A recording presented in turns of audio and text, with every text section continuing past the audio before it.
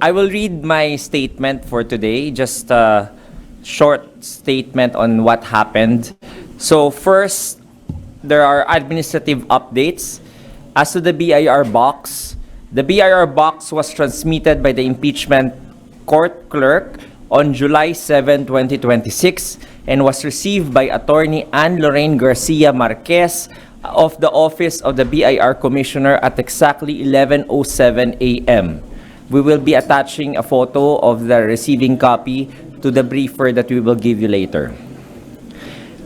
As to the House Panel of Prosecutors subpoena request, the request for issuance of subpoena duces tecum regarding tax documents of respondent Manscarpio and 22 businesses which respondent allegedly has interest in was received on July 6, 2026 at 3:35 p.m. by the clerk of the impeachment court.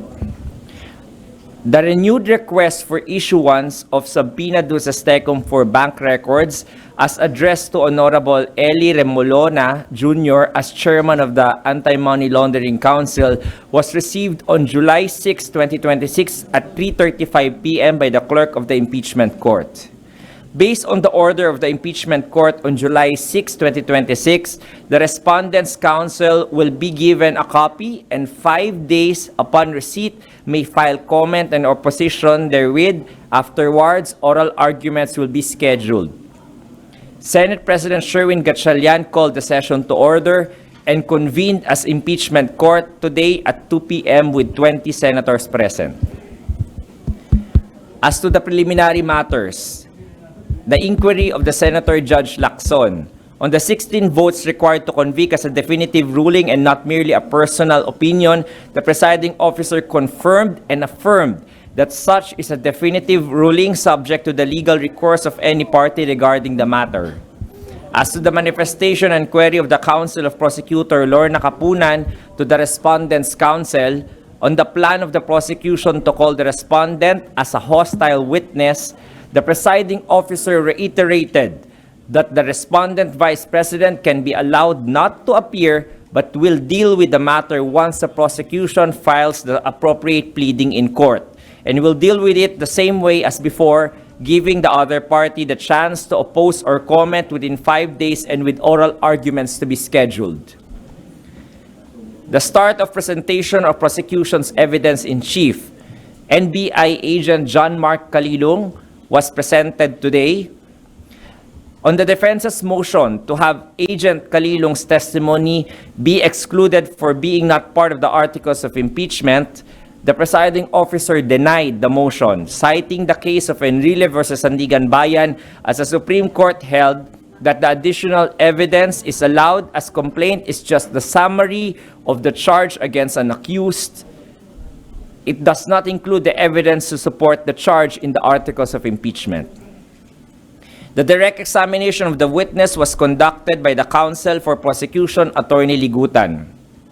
The presiding officer allowed the showing in open court of the 2-minute and 18-second video, Exhibits P4-10 and contained in Exhibit P4-10A, despite objection from the defense on the need to show the whole 2-hour video instead. The presiding officer as well made several evidentiary rulings on motions and objections of both parties. Several senator judges asked questions to the prosecution and its witness.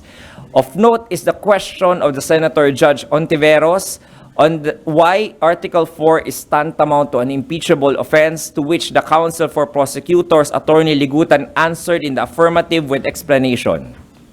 This prompted a motion from Senator Judge Pia Cayetano to move to strike the response of Attorney Ligutan. The presiding officer moved to table the motion to strike out and to be taken up at a later time. And then the presiding officer ruled that the cross-examination of prosecution witness NBI agent Calilong will be done tomorrow.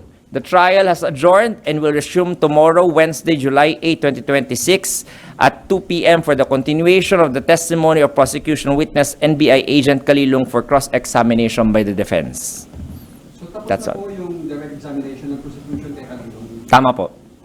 At hindi bakit po pinag pa bukas yung cross-examination? Because the cross-examination will entail long time. Based sa experience natin bilang litigator din, ine-expect natin na matatagalan yun. And some senators are already tired sitting there. So, pwede naman po yun, ginagawa yun so that mas ma-appreciate ng mga tao po pag hindi tayo pagod.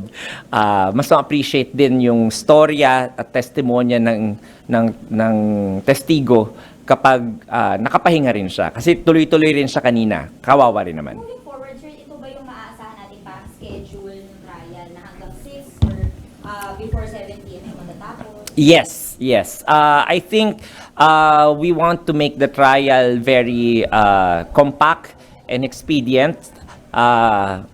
Medyo long day lagi tayo kapag may trial, alam nyo naman.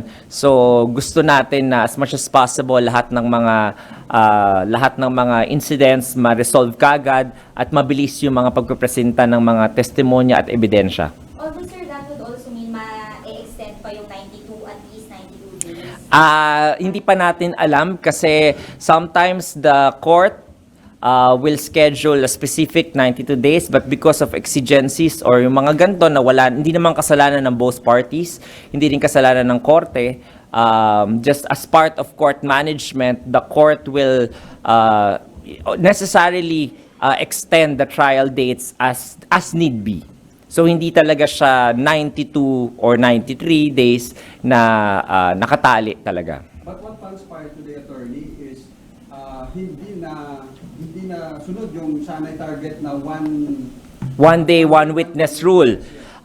Katulad ng any provision ng mga rules natin, no, ito po ay ipinapasa lang o pinapasunod sa atin para may orderly na pagpresenta ng mga ebidensya at ng mga testigo. Pero hindi naman po ito hard and strict rule. While we want na talagang masunod yon, pero depende po sa case-to-case basis, exigencies of the time, ang mas nananaig pa rin po talaga yung mas makuha yung katotohanan.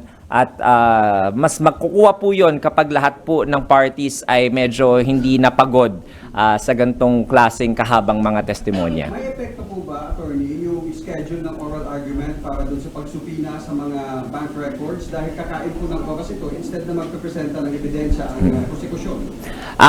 That is an expected result of the delay o dun sa pagka-cross-examine ng first witness ng prosecution. Siyempre, mauurong lahat yun. However, the impeachment court will try its best to figure out how to squeeze in the incidental oral arguments po doon sa mga trial dates na mga sinet po natin for the meantime. Ano target ng court for the oral argument? 1 day or 2 days, 3 days? Of course, it will just be 1 day kasi nakalagay sa Senate Rules on Impeachment, the parties will just given 1 hour to argue their motion and 1 hour for the other side. So, medyo mahaba na po yung 2 hours na yun. Kaya, it will take up much time kapag magkaroon po ng oral argument sa lahat ng mga incidents. Attorney, any response dun sa petition for TRO laban dito sa trial dahil nga po sa pag-elect kay Senator Cheese bilang presiding officer? As the presiding officer said yesterday and was confirmed earlier, any person can raise the matter. Pwede po nilang i-exhaust yung kanilang mga legal remedies and yun po yung nakita natin. But since meron na pong kaso po sa Supreme Court yon, we will respect the sub judice rule at hindi na po magko-comment yung impeachment court regarding that matter. But pag maglabas ng TRO, susunod po yung hindi, I think pagbobotohan po yun ng impeachment court as a collegial body. Yung kung katulad po ng last year, no, pinagbotohan po nila yung mga insidente na may concern po sa pag-i-implement po ng mga orders ng ibang bodies or branches of government. So because this is a collegial body, not a single person can speak for the body. So mas mabuti pong pagbobotohan kung susundan ng Kongreso o ng Senado yung mga ganong order from another co-equal branch of government. So kahit kung mayroong ganung petition, magpapatuloy na Tama po. Tama po. Dahil wala naman pong in-issue na TRO or status quo ante order. Medyo speculative lang, attorney. Pero mauulit ba yung nangyari yung mga naunang impeachment proceedings sa Senado na may desisyon ang Korte Suprema na hindi sinunod? Ano po doon? Can you please clarify? Ano po yung specific na incident na sinasabi ninyo na hindi sinunod ng Senado yung order ng Korte Suprema? Kasi mahirap po magkomento ako dito ng very general statement pong ganun na walang specific na detalye po. So, kung May posibilidad na mangyari. naalim po, lahat po may possibility na mangyari. Na maaari nilang hindi sundin sakaling maglabas ng TRO ang Korte Suprema. Of course, it is within the plenary powers of any co-equal branch of government. However, as we have seen before po, the Senate always respects the balance of power. So, kung yun po yung guidance natin, makikita po natin na susundin nila yung co-equal branch of government nila so long as it does not prevent them from exercising their own powers under the Constitution. So, pag ganyan po, ayaw po natin ng constitutional crisis, and sa history naman po ng ating mga three branches of government, wala pa naman tayong umabot doon sa ganong violate nung co-equality ng mga branches of government po. Pero bagay po kasi kanilong lang at wala nang witness na ito. Yes, kasi yan po yung nakaschedule ng prosecution na ipresenta ngayong linggong to, dalawang NBI agent po to testify on the videos as well in relation to Article 4 ng Articles of Impeachment. How would you describe the second day of the impeachment trials? Compared yesterday na medyo mabilis kahapon, very efficient, very fast. Today po, it was long because of the technicalities of the law. Sana po maintindihan ng publiko natin na kasama po yung mga ganong mga procedure, mga formalities ng pagmamark po ng ebidensya, na pag-identify at authenticate at paisa-isang pagtatanong po to establish the chain of custody at saka po yung pag-identify ng mga dokumento at ebidensya. Kasama po yun sa araw-araw na ginagampanan ng lahat ng abogado po sa korte at lahat rin po ng korte. So, nasisilip po natin bilang publiko yung inner workings of the court in process. So, medyo pagpasensyahan lang po natin yon, but it is necessary po for the to keep the rights of all the parties in place po. Kahit sir yung paulit-ulit na objections ng defense, talagang Party po yon, opo. Party po talaga po yon. They have the right to raise objections and they have the right to ask for a ruling on their objections po. Attorney, can we ask for you, but I think there's precedent po during the Corona trial about the TRO. Can you elaborate to us? Ano po yung precedent about the Senate possibly voting on the TRO? Can you clarify what TRO was issued about during the dollar Corona? accounts po of Corona? Ano po? The Senate during the Corona trial voted about the TRO on opening the dollar account. So do we see a similar scenario? It's hard to hazard a guess because case-to-case basis po. So ayoko pong pangunahan kung ano po yung magiging aksyon ng ating mga senator judges at ng impeachment court. But I think we have to just wait for it when the time comes. We will cross the bridge when we get there. Sir, may gag order ba sa mga senator judges na tutok sa pati sa both defense and prosecution? Yes, it is part of the Senate impeachment rules and it was reiterated by the presiding officer in his opening statement yesterday. Hindi pwede pag-usapan yung merits or ano, pero yung presentation lang po, pwede hindi. Yung merits po, bawal po. May tanong pa po kayo? Thank you po. Ay. Cross-examination po kay Kalilong, and kung maikli lang po yung cross-examination, then possible po na maipresenta rin po yung pangalawang testigo po ng prosecution. Maaari rin naman pong walang cross-examination.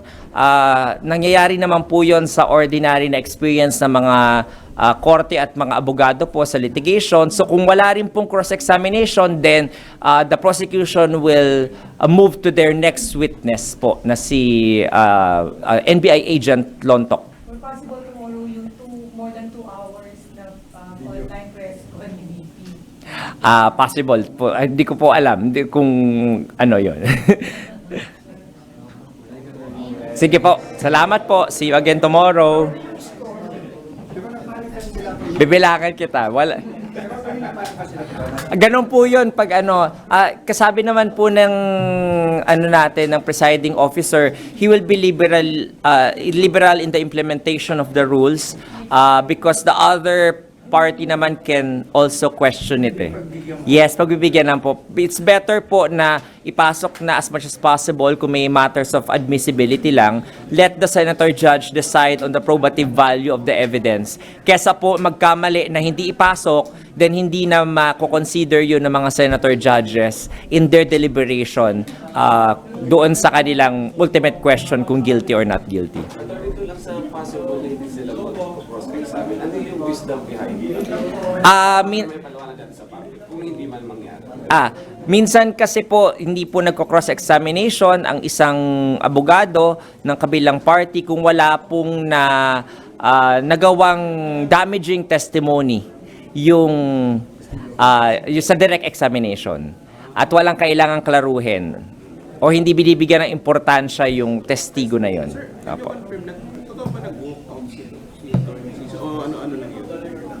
Ay, hindi ko po alam. Hindi ko po nakita sa vantage point ko eh. Kung nakita ko po siya kanina nandito, so I don't think nag-walk out po. I think Senator Judge Cayetano already said na pwedeng payagan tumayo o lumabas, umihi o uminom yung any party. So I think ganun lang po. Attorney, yung sa motion ni Sentilla tungkol sa yung ititake vote, kailan yung decision na? Hintayin natin. Siguro ripe yung for the matter na yon kapag may nag-raise ulit na kunwari open na yung ano natin, yung schedule, baka dun na lang nila italakayin. Kasi pag medyo tight yung schedule ng impeachment court, baka hindi mo natalakayin yun. Not necessarily. Yes, medyo wala namang ganong prejudice on both parties kasi technically pinapa-strike out lang on the record eh. 'Di ba? So and since narinig nyo na rin po naman lahat, technicality na lang yun na pagdating doon sa deliberation, sa ultimate question, sa huling-huli na, kung ano na lang po yung nakalagay doon, kung tatanggalin ba yun o hindi. So, bahala na po yung Senator Judge by that time. Pero i-announce naman yun sa floor. I-announce naman po yun sa floor kung time na to already tackle it.